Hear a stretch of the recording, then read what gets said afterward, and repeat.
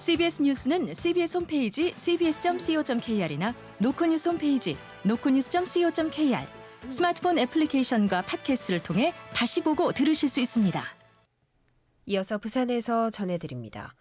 휴대전화 대리점 직원이 손님이 맡긴 휴대전화에서 거금을 인출해갔다는 피해 신고가 접수돼 경찰이 수사에 나섰습니다.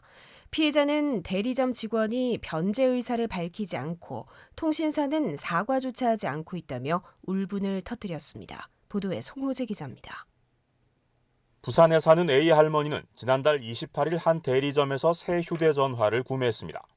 담당 직원은 휴대전화 정보를 옮겨주겠다며 쓰던 전화기를 맡겨두라고 했고 할머니는 별다른 의심 없이 기기를 맡겼습니다. 며칠 뒤 대리점에 전화기를 찾으러 간 A 할머니는 직원 말을 듣고 주저앉을 수밖에 없었습니다. 해당 직원이 옛 휴대전화에 있던 은행 애플리케이션에서 돈을 빼갔다고 실토한 겁니다. A 할머니와 가족들이 곧바로 확인한 결과 실제 은행 계좌에 있던 돈 1,000만 원이 9차례에 걸쳐 모두 빠져나간 기록이 있었습니다. A 할머니 가족입니다. 돈을 인출해간 거는 29일, 30일, 10월 1일, 3일에 9차례. 찾으러 갔을 때 자기가 실토를 당한 거죠. 가족들은 곧바로 경찰에 이를 신고했고 연제경찰서는 직원인 30대 남성 B씨를 붙잡아 조사하고 있습니다. 연제경찰서 관계자입니다. 저희가 접수돼서 진행 중이라고 이렇게 지구대 신고대가 지구대에서 우리한테로 접수가 왔거든요. 수사 과정에서 입건되고 이렇게 절차는 진행될 것 같습니다. A씨 가족들은 B씨가 잘못을 인정하면서도 돈은 돌려주지 않고 있다며 울분을 터뜨렸습니다. 또 대리점과 해당 이동통신사는 사과 한마디 없다며 아무도 책임지지 않는 상황이라고 토로했습니다. 이에 대해 통신사 측은 책임이 없다고 주장하다가 취재가 시작되자 피해 변제를 위해 대리점과 최선을 다하겠다고 입장을 바꿨습니다. 취재진은 대리점 직원 B씨의 말도 직접 들어보려 했지만 연락이 닿지 않았습니다. CBS 뉴스 송호재입니다.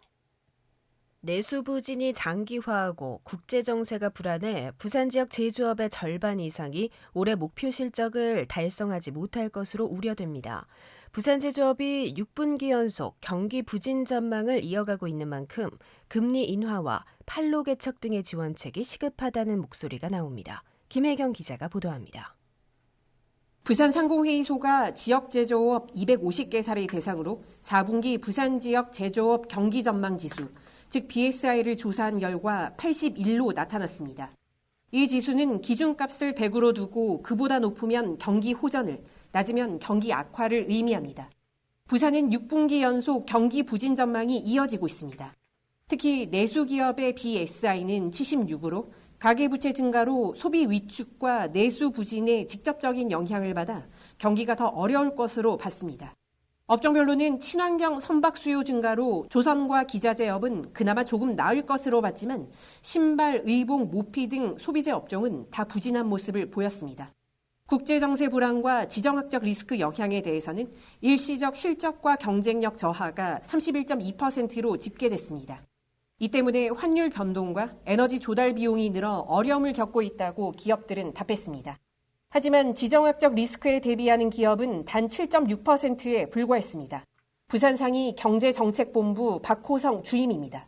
중동 분쟁이라든지 러우 전쟁이라고 해서 장기화되고 있기 때문에 기업들 입장에서는 이것에 대해서 어떻게 대응해야 되는가에 대한 모호성도 확실히 있습니다. 지자체나 정부에서 뭔가 명확한 가이드라인이라든지 아니면 지원책이 있다는.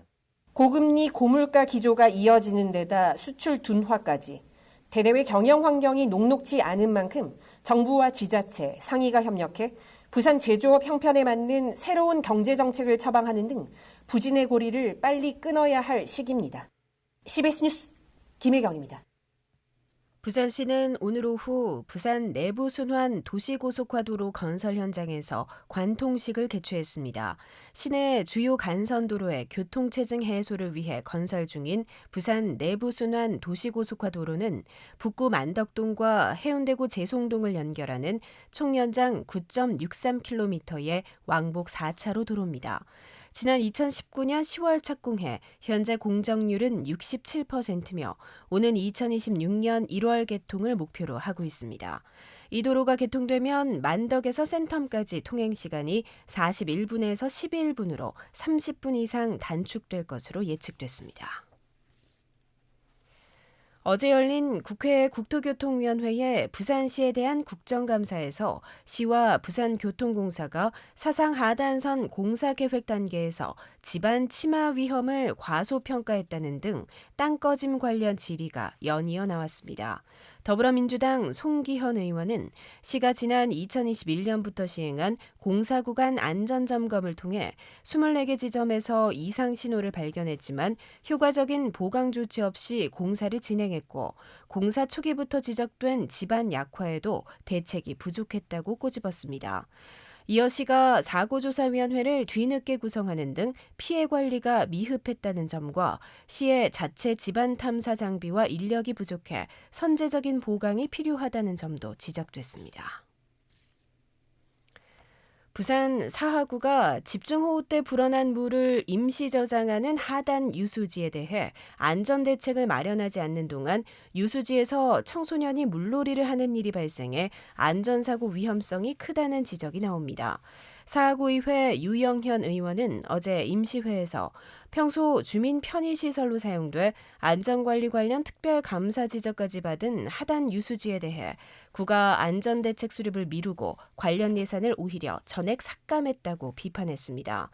구는 지난해부터 여러 안전대책을 검토했지만 예산 부족 등을 이유로 모두 폐기한 가운데 지난달 한 청소년이 폭우로 물이 찬 유수지에서 물놀이를 하는 모습이 목격돼 부실한 안전관리가 도마에 올랐습니다.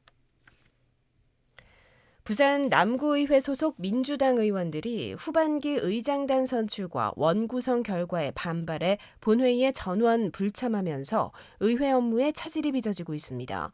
민주당 소속 남구의원 6명은 후반기 의장단 구성 과정에서 한석을 제외한 모든 자리를 국민의힘이 차지하자 이에 반발하며 임시회 본회의에 불참했습니다.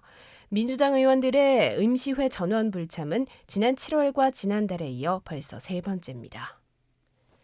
끝으로 날씨입니다. 부산에 낮 동안 내리던 비는 대부분 그친 상태입니다. 비는 곳에 따라 1mm 내외의 강우량을 더 보인 뒤 내일 새벽 완전히 그치겠습니다. 내일은 종일 구름 낀 가운데 19에서 27도의 기온 분포를 보이겠습니다. 해안을 중심으로 다소 강한 바람이 불 것으로 보여 시설물 관리에 주의하셔야겠습니다. 부산의 현재 기온은 22.4도입니다.